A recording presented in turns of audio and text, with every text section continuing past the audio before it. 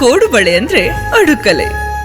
ಇನ್ನು ಒಂದು ಆಡಿಯೋ ಸಂಚಲನವನ್ನು ಸೃಷ್ಟಿ ಮಾಡ್ತಾ ಇದೆ ರಾಜ್ಯ ಬಿಜೆಪಿನಲ್ಲಿ. ಯಾಕಂದರೆ ಇದು ಮಾಜಿ CM ಸದಾನಂದ ಗೌಡರು ಆಡಿದ್ದಾರೆ ಅನ್ನುವಂಥ ಮಾತು. ಅದರಲ್ಲೂ ವಿಜಯೇಂದ್ರ ಅವ್ರನ್ನ ಕೆಳಗಿಳಿಸೋ ಬಗ್ಗೆ ಇವರು ಆಡಿದ್ದಾರೆ ಅನ್ನುವಂಥ ಮಾತು. ಕೇಂದ್ರದ ನಾಯಕರ ಜೊತೆಗೆ ಮಾತಾಡಿದ್ದಾರೆ.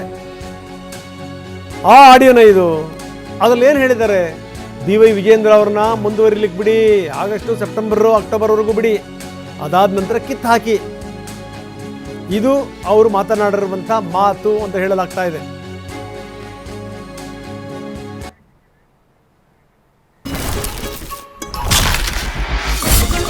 ಸಾಂಪ್ರದಾಯಿಕ ರೆಸಿಪಿ, ಮತ್ತಷ್ಟು ಬೇಕೆನಿಸುವ ರುಚಿ. ಕೋಡುಬಳೆ ಅಂದ್ರೆ ಅಡುಕಲೆ. ಸೊ ಇದು ಸಂಗತಿ. ಇದು ನಿಜಕ್ಕೂ ಯಾರಾದರೂ ಸೃಷ್ಟಿ ಮಾಡಿದ್ದ ಅಥವಾ ಸದಾನಂದ ಗೌಡರೇ ಮಾತಾಡಿದ್ರ? ಈ ಚರ್ಚೆ ಜೋರಾಗಿದೆ. BJPನಲ್ಲಿ ಎಲ್ಲವೂ ಸರಿ ಇಲ್ಲ ಅನ್ಲಿಕ್ಕೆ ಇದೊಂದು ಎಕ್ಸಾಂಪಲ್. ಇದು ಬನ್ನಿ ಆಡಿಯೋದಲ್ಲಿ ಏನಿದೆ ನೋಡೋಣ. He is completing his president's term 3 years by November. Okay. Sir, for another 2 months, why we should create one more confusion? If you create the confusion, again the team of Vijayendra will slowly, smoothly, another 2 months we should push on this and we should send him out. Okay. Then his term is also over. Nobody can complain against the removal of the president. Okay. And even here also there may not be any confusion inside the party. Okay. I think with the planned way. Exactly. For it is July starting after July, August, September. October, kick him out. So ಇದು ಈಗಲೇ ವಿಜಯೇಂದ್ರ ಅವ್ರನ್ನ ಕಿತ್ತು ಹಾಕಿದ್ರೆ BJP ಮತ್ತು ಲಿಂಗಾಯತರ ವಿರೋಧಿ ಅಂತ ಆಗುತ್ತೆ. ಹಂಗಾಗಬಾರ್ದು.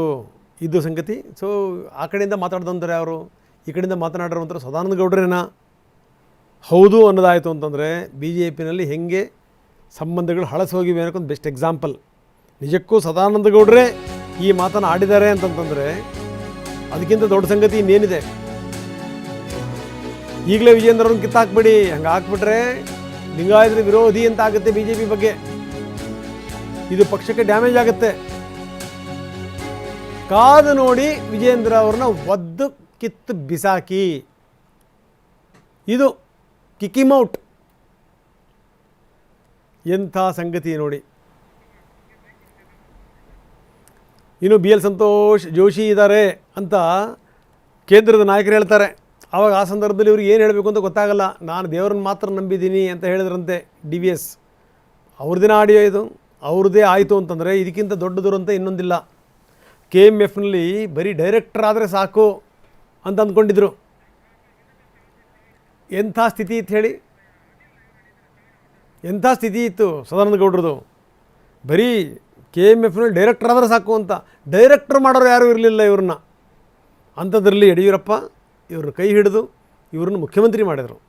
ಮುಖ್ಯಮಂತ್ರಿ ಮಾಡಾದ್ಮೇಲಿಂದ ಕಥೆಗಳು ಕಥಾನಕಗಳು ಏನಾದವು ಅದನ್ನು ಜಗತ್ತು ನೋಡ್ತು. ಪ್ರಶ್ನೆ ಬೇರೆ.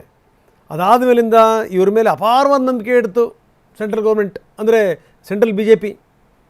ಇವ್ರು MP ಆಗಿ ಹೋದರು. MP ಆಗಿ ಹೋದ ತಕ್ಷಣ ಇವ್ರಿಗೆ ಯಾವುದು ಕೊಟ್ಟಿದ್ದು? ಇವ್ರಿಗೆ ಪೋರ್ಟ್ಫೋಲಿಯೋ ರೈಲ್ವೇದು.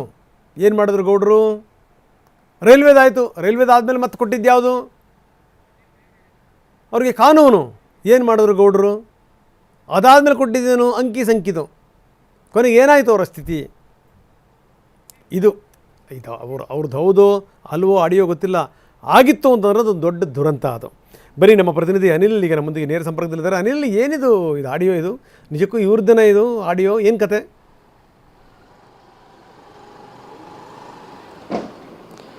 ಖಂಡಿತವಾಗ್ಲೂ ರಂಗನಾಥ್, ಅಂದರೆ BJP ರಾಜ್ಯಾಧ್ಯಕ್ಷರ ಬದಲಾವಣೆ ವಿಚಾರಕ್ಕೆ ಸಂಬಂಧಪಟ್ಟಂತೆ ಸಾಮಾಜಿಕ ಜಾಲತಾಣದಲ್ಲಿ ಒಂದು ಆಡಿಯೋ ವೈರಲ್ ಆಗ್ತಾ ಇದೆ. ಆ ಆಡಿಯೋದಲ್ಲಿ ಸಂಭಾಷಣೆ ಕೂಡ ಭಾಳ ಕುತೂಹಲಕ್ಕೂ ಕೂಡ ಕಾರಣ ಆಗಿರುವಂಥದ್ದು. ಅಂದರೆ ಮಾಜಿ CM DV ಸದಾನಂದ ಗೌಡರು ಸಂಭಾಷಣೆ ನಡೆಸಿದ್ದಾರೆ ಅಂತ ಹೇಳಲಾಗ್ತಾ ಇದೆ.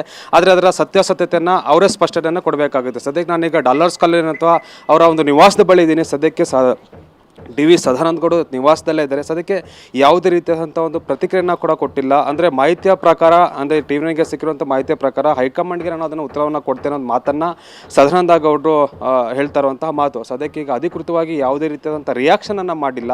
ಆದರೆ ಆಡಿಯೋ ಸಂಭಾಷಣೆ ಕೂಡ ರಾಜ್ಯ BJPಯಲ್ಲಿ ಕೂಡ ಒಂದು ಕಂಪನವನ್ನು ಸೃಷ್ಟಿ ಮಾಡಿದೆ.